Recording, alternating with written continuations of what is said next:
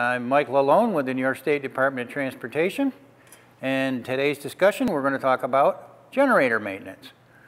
Okay, as we start on our generator maintenance, and this machine is due for an oil change, so we're going to start by loosening the drain plug, and I have a pan obviously under there to catch the oil. You don't need to put your machine up on a table like I do. We did it for the maintenance for the video, but you can do it on the garage floor. You know, whatever's easier for you. And then we can go on and look at the machine over while it's draining out. So while our oil is draining, we're going to start our visual inspection of the machine. And you want to do a general look over. And we are going to come back and talk about this filthy, dirty battery here. But it's, any of this small engine type equipment is very vibration prone. And because of that, you'll find things that are broken and dislodged. And now, I've already repaired it, but this exhaust shield was broken.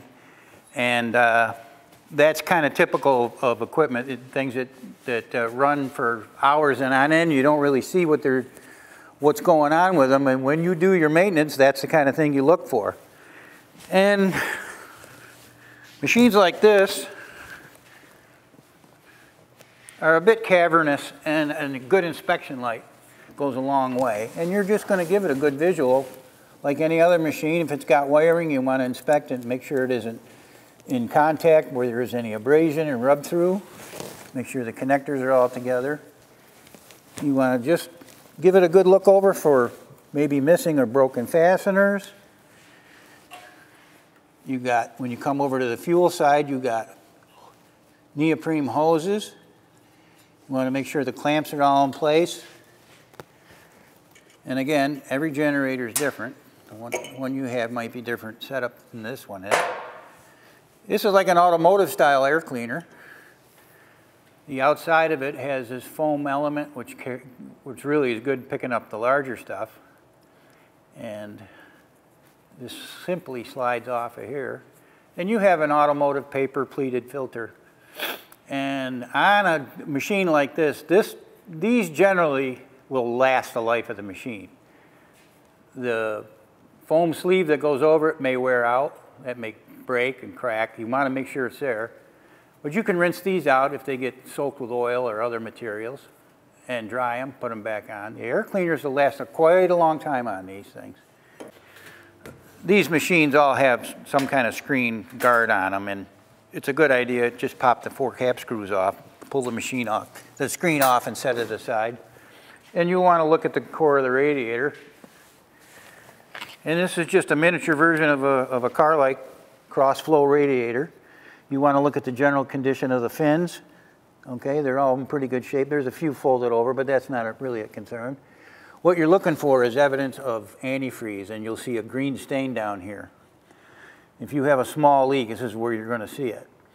And there's a tray that connects the 2 tanks underneath these, so if the leak is from this side of it, which is almost impossible to see without disassembly, you will see that green stain out here. So as you do your inspection, if you don't see any evidence of green here, that's a good thing. You are in good shape. On this engine, it's a twin cylinder. Your spark plugs are right here.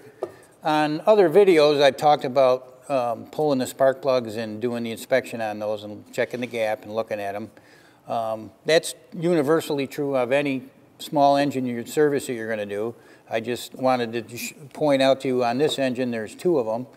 If there were 6 spark plugs, it wouldn't make any difference. That was one of the things that you want to look at is your plugs. Make sure your terminals are snapped on good and tight, and that the wires aren't chafed or abraded anywhere. So that goes along with just general maintenance. And now that we've completed our visual inspection, we're going to go back to our oil change and hit the oil filter. So a little bit difficult to get your hand in here, but slide your drain pan over. And it's an automotive style filter. Simply spins on. All right, so when you put an oil filter on, this is really important, is just to put a thin layer of your oil around that gasket, because it will greatly assist you trying to get this one off in the future. You want to examine the mating surface on the block where the filter goes. Difficult to show on a video, but you can get your hand in there and see it.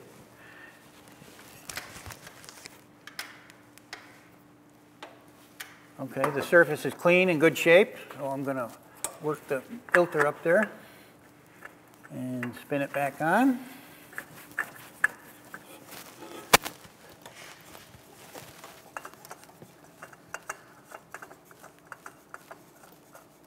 Most small engines don't have this elaborate of an engine system in them, but Hondas do. So you get your filter up there tight, you want to give them about 1/4 of a turn, if you can get it. You don't want to put them on with a filter wrench because the tendency to over-tighten them is there, and it's just really difficult to get one off. It's on too tight. So changing the oil filter isn't any more difficult than that. So we got our oil out.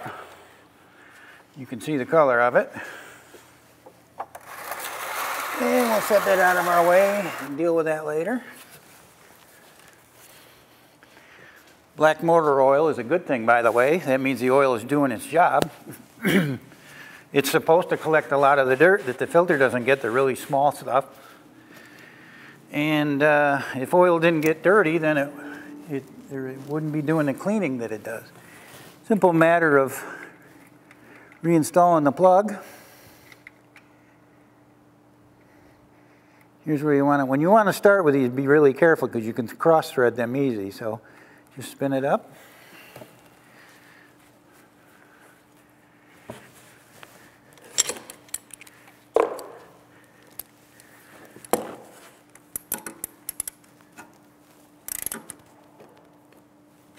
Just snug, that's as tight as it's got to be. All right, we have our filter on and we have our drain plug secured. So we're ready to refill the crankcase. Easy enough here.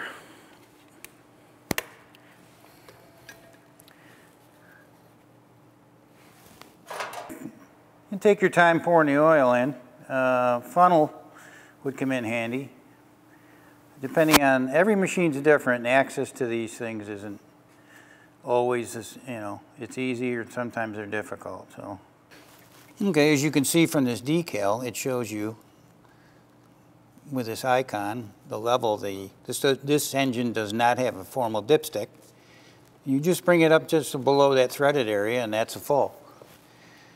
Again, this plug has a formal O-ring gasket on it. And we're going to inspect that and make sure it's there and it's in good shape, it isn't cut. And re-secure this. And that completes the oil change operation right there. All right, I want to talk to you a bit while I have this machine up here about gasoline for small engines in general, carbureted engines. Equipment like this is often seasonal, and because of that, it has a lot of downtime. It sits, and that's when the problem really manifests itself. If you go through a lot of fuel continuously, the fuel isn't in there long enough to degrade. But if it sits in there months at a time, unused, that's when the problem pops up. There's a couple of ways to combat that. This product is a fuel treatment which will keep ethanol from separating from the gasoline. And you can see this is a 1-gallon container and it'll treat 2,000 gallons of gas. So you need a very little bit amount. And if you're going to use a product like this, you can, you just follow the dosing that's on the label. General fuel stability, whether it's straight fuel or alcohol-based fuel, will be benefited by a fuel stabilizer that goes in the gas, and it helps the hydrocarbons stay intact, because that's what happens to gasoline. This is one of the many products that are available for doing that. Okay, the next step I want to show you here is the battery. Again, this is an automotive-style wet cell battery. And you can see the condition of it here. And I didn't clean it yet for the video I wanted to illustrate to you. This is not a good thing for a battery to have dirt on it and accumulation of moisture. I did already clean the battery terminals, but you'll get the white corrosion on here. And this one positive cable end was in pretty rough shape, and I wanted to show you this. This is kind of typical of the corrosion that can happen on a battery terminal from the gassing of the battery being charged. And you'll generally find it more on the positive terminal than you will the negative one. So because it's an insignificant amount of money and I don't want any further problems, I just cut it off and replace it with new ones. So that covers the major points on our gas power generator here. And I'm Mike Lalone, and thanks for joining us today.